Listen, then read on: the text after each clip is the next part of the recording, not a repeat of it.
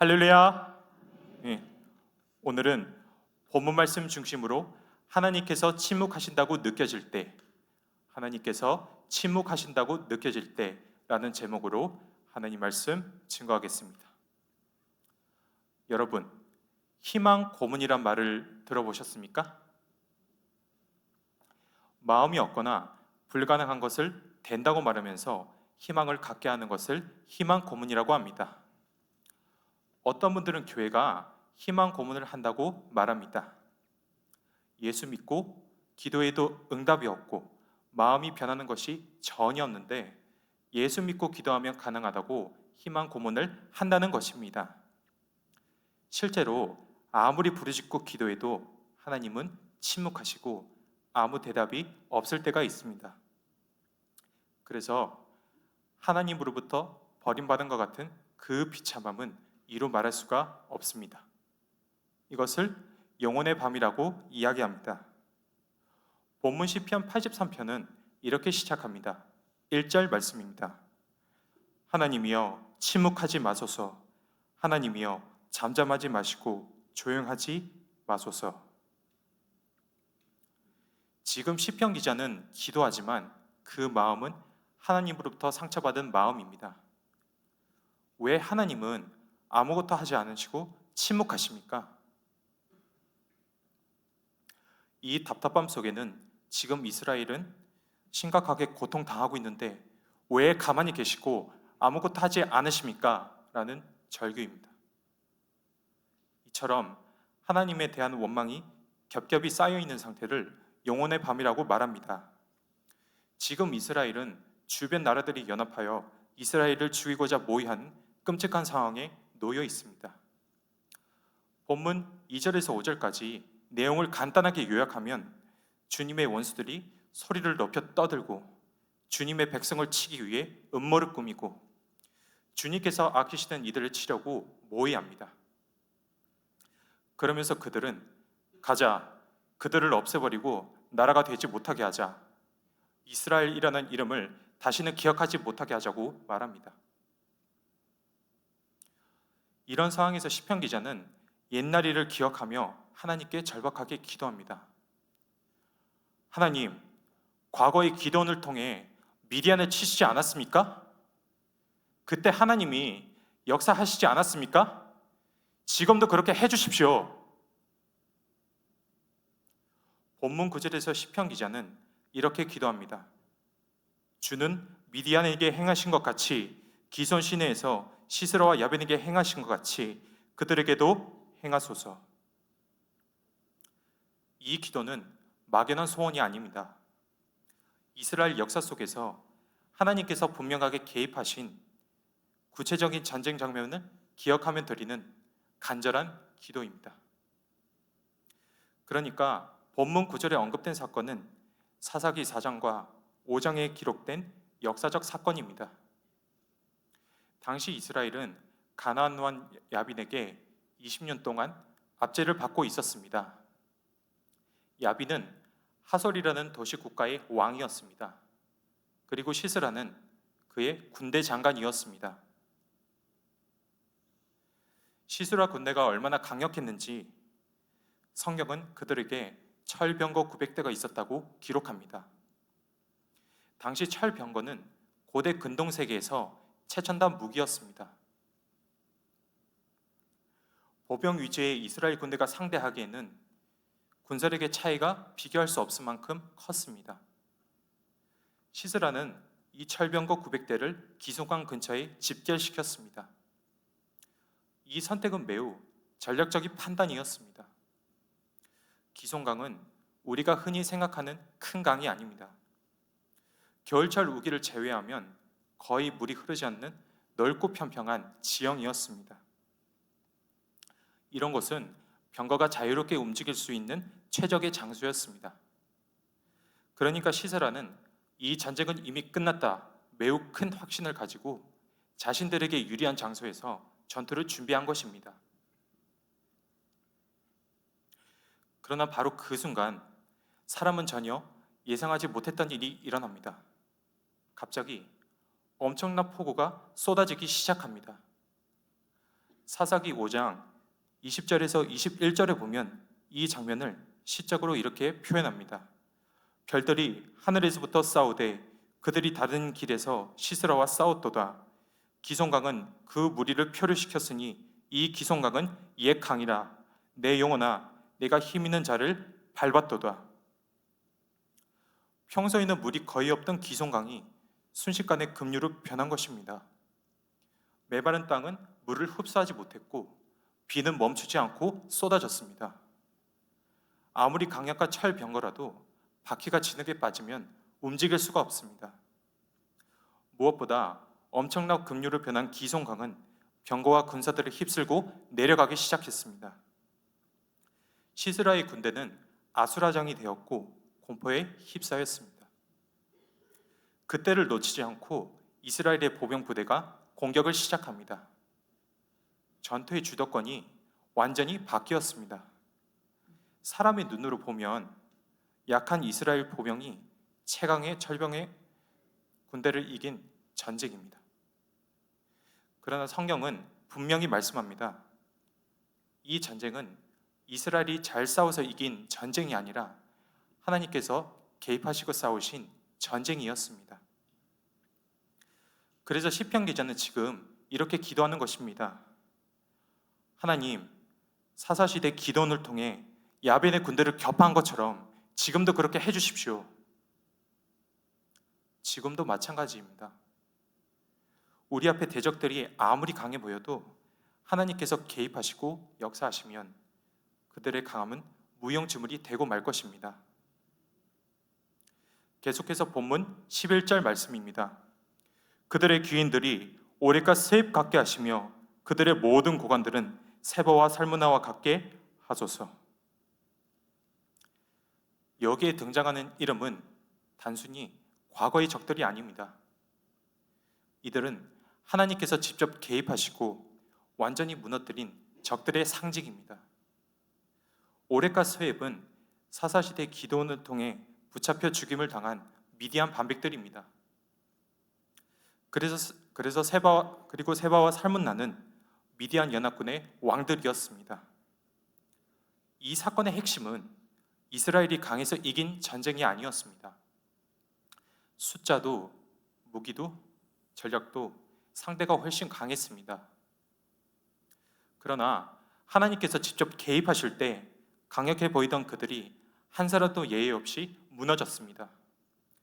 그래서 시편 기자는 지금 이렇게 기도하는 것입니다.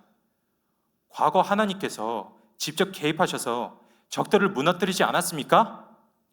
그런데 왜 지금은 침묵하십니까?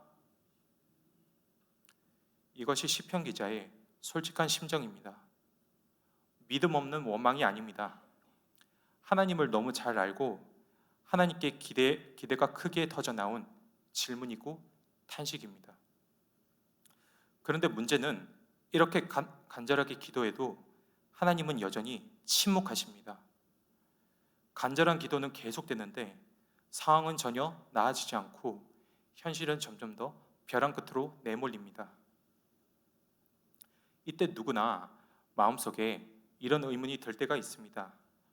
하나님, 정말 듣고 계십니까? 정말 살아 계십니까? 여러분, 이런 모습은 모든 성도들이 다 겪는 일들입니다. 오늘 본문 말씀을 읽으면서 꼭 내 기도 같고 내 상황 같다고 느끼는 분들이 있을 수 있습니다. 우리의 삶이 비교적 편안할 때에는 내가 어떤 믿음을 소유했는지 제대로 알 수가 없습니다. 영혼의 밤이 왔을 때 비로소 내 믿음이 어떤 믿음인지 구체적으로 드러나게 되는 것입니다. 기도에도 아무 변화가 없고 하나님이 멀리 계신 것처럼 느껴질 때 우리 믿음의 진위 여부가 드러나게 되는 것입니다. 그래서 예수님은 이렇게 말씀하셨습니다. 누가복음 18장 8절 말씀입니다. 인자가 올 때 세상에서 믿음을 보겠느냐? 이 말씀은 응답이 없을 때, 상황이 더 나빠질 때, 하나님이 침묵하시는 것처럼 느껴질 때에도 여전히 하나님을 붙잡고 놓지 않는 믿음이 과연 남아있겠느냐는 것입니다. 시편 83편의 기도는 문제가 해결되면 믿겠습니다 라는 기도가 아닙니다. 하나님께서 침묵하시고 아무 응답이 없어도 하나님께서 끊임없이 말을 걸고 대화를 시도하는 믿음입니다. 그래서 시편 기자는 하나님께서 침묵하시는 상황 속에서도 기도를 멈추지 않았습니다. 과거 역사를 기억하며 하나님은 이런 분이라고 계속 고백합니다. 이것이 바로 영혼의 밤을 통과하는 믿음입니다. 응답이 없어도 기도하고 변화가 없어도 하나님을 부르고 보이지 않아도 하나님이 계시다고 고백하는 믿음이 바로 예수님께서 찾으시는 믿음입니다. 누가복음 18장 1절에서 7절은 예수님께서 찾으시는 믿음이 어떤 믿음인지에 대해 말씀하십니다. 예수님은 불의한 재판관과 억울한 일을 당한 과부 이야기를 하십니다. 이 과부가 너무 억울해서 재판관을 찾아가서 자신의 억울한 사정을 풀어달라고 간청합니다. 그러나 이 재판관은 뇌물을 받지 않으면 제대로 재판을 하지 않는 악한 재판관이었습니다. 당연히 이 과부의 간청을 들어줄 리가 없습니다. 그런데 갑자기 이 재판관의 마음이 바뀝니다. 그 이유를 재판관은 이렇게 말합니다. 누가복음 18장 4절에서 5절 말씀입니다. 그가 얼마 동안 듣지 아니하다가 후에 속으로 생각하되 내가 하나님을 두려워하지 않고 사람을 무시하나 이 과부가 나를 번거롭게 하니 내가 그 원한을 풀어주리라. 그렇지 않으면 늘 와서 나를 괴롭게 하리라 하였느니라. 이 과부는 재판관에게 뇌물을 줄 돈이 없습니다. 그래서 밤낮으로 찾아가서 재판관에게 간청합니다. 재판관은 과부가 밤낮으로 찾아와서 간청하자 지쳐버렸습니다. 그래서 재판관은 내가 돈을 받지 않았지만 그 과부가 원하는 대로 해주자. 그래서 그 과부의 억울한 사정을 해결해 주었습니다. 예수님께서 이 이야기를 하시면서 7절에 하물며 하나님께서 그 밤낮 부르짖으신 택하신 자들의 원한을 풀어주지 아니하시겠느냐, 그들에게 오래 참으시겠느냐고 말씀하셨습니다. 그리고 이어서 내가 다시 올 때에 믿음을 보겠느냐고 말씀하십니다. 그러니까 예수님이 말씀하셨던 이 믿음은 좌절하거나 절망하지 않는 성도의 기도를 말합니다. 우리가 살아가는 동안 힘들고 어려운 일을 수도 없이 겪게 됩니다. 때로는 그냥 포기하게 됩니다. 그러면서 이렇게 말합니다. 어쩔 수 없지. 방법이 없잖아. 여러분, 이 말은 내 삶의 기도가 없어졌다는 이야기입니다. 여러분, 여러 가지 일들을 겪고 예상하지 못한 문제로 신앙적인 회의가 일어나면서 기도를 중단하지 않았습니까? 그래서 주님은 당신이 다시 오실 때 낙심하지 않는 성도를 보겠느냐고 말씀하십니다. 안타깝게도 너무나 많은 성도들이 실제로 낙심한 상태로 살아갑니다. 그 말은 기도가 중단되었다는 것입니다. 자신과 가정을 위한 기도가 중단되고 교회를 위한 기도가 중단되었다는 것입니다. 이것이 가장 두려운 것입니다. 우리가 실제로 어려운 일을 만나고 우리의 기도가 중단되기까지는 아직 끝이 아닙니다. 그러나 기도가 중단되면 그분은 끝입니다. 본문 시편 83편에는 감사도, 찬양도, 기쁨도, 용서도, 사랑도 전혀 나오지 않습니다.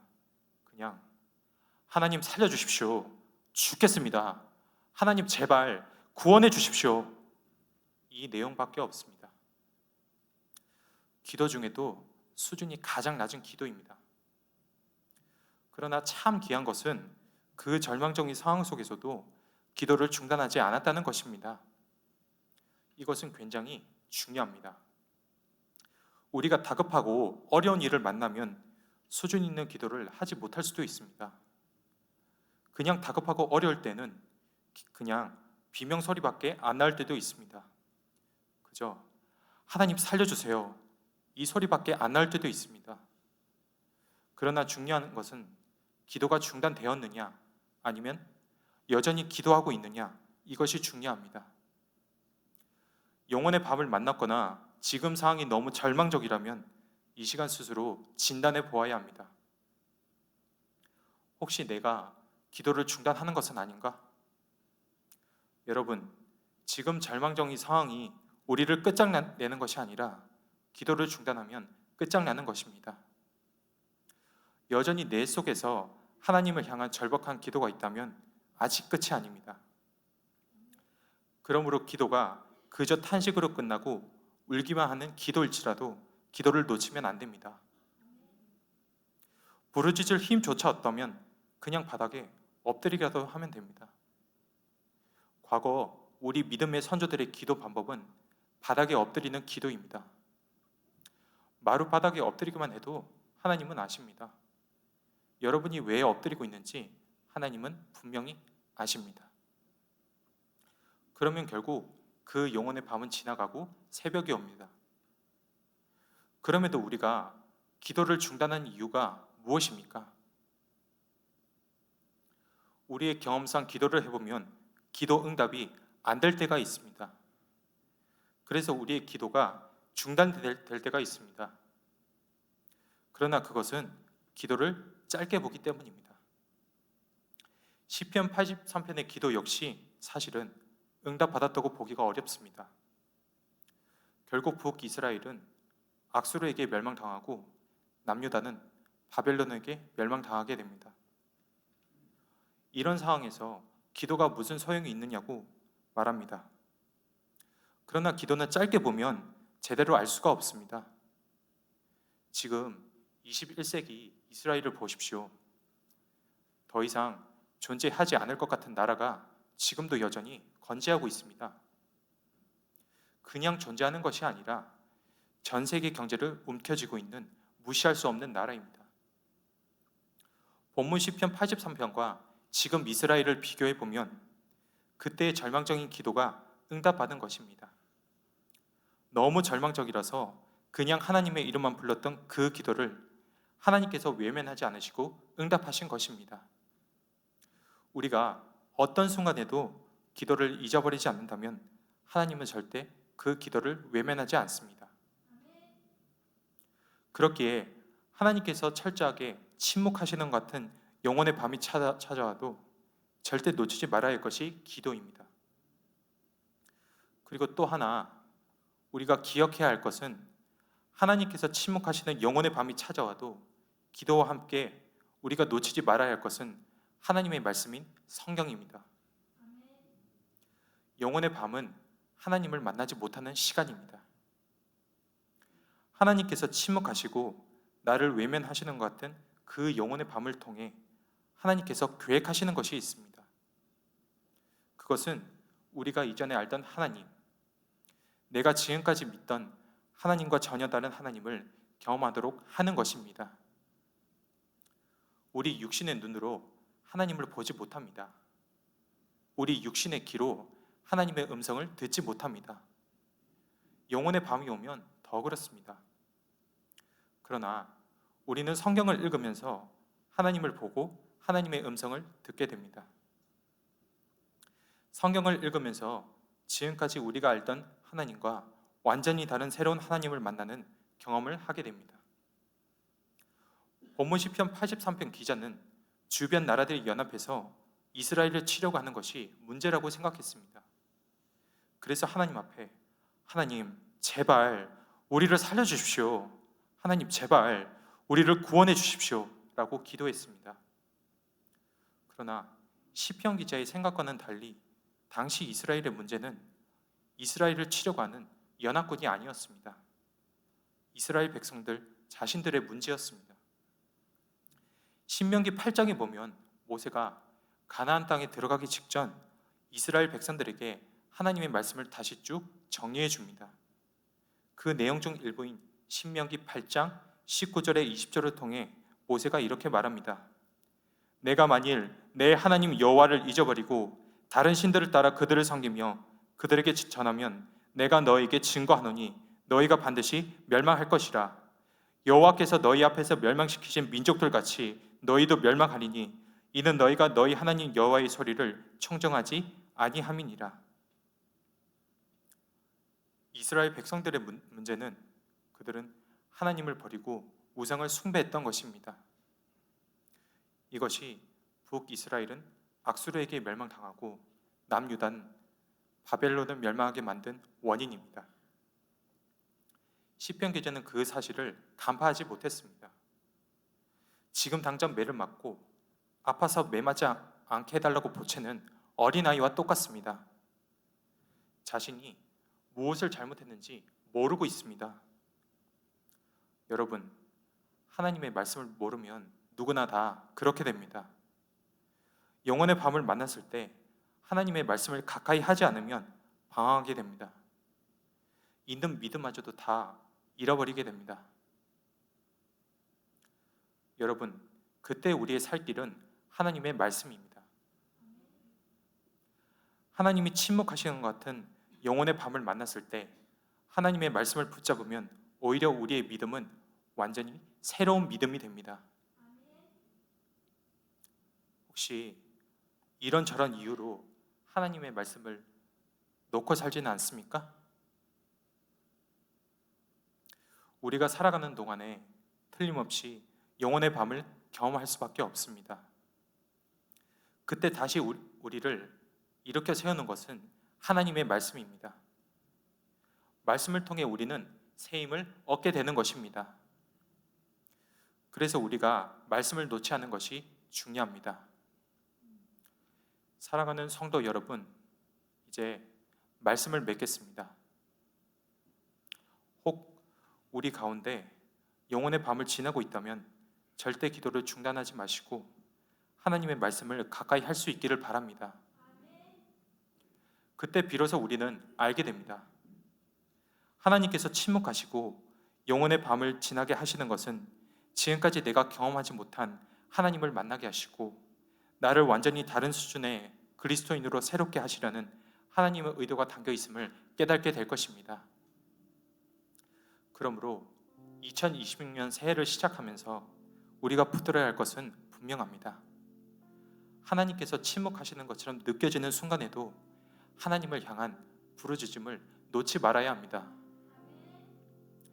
또한 영혼의 밤을 지날 때 내 감정과 상황이 아니라 하나님의 말씀을 붙잡고 그 말씀이 절대 기준이 되어야 합니다.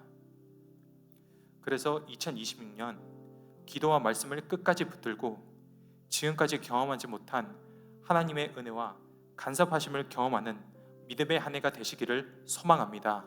아멘. 우리 다 같이 찬양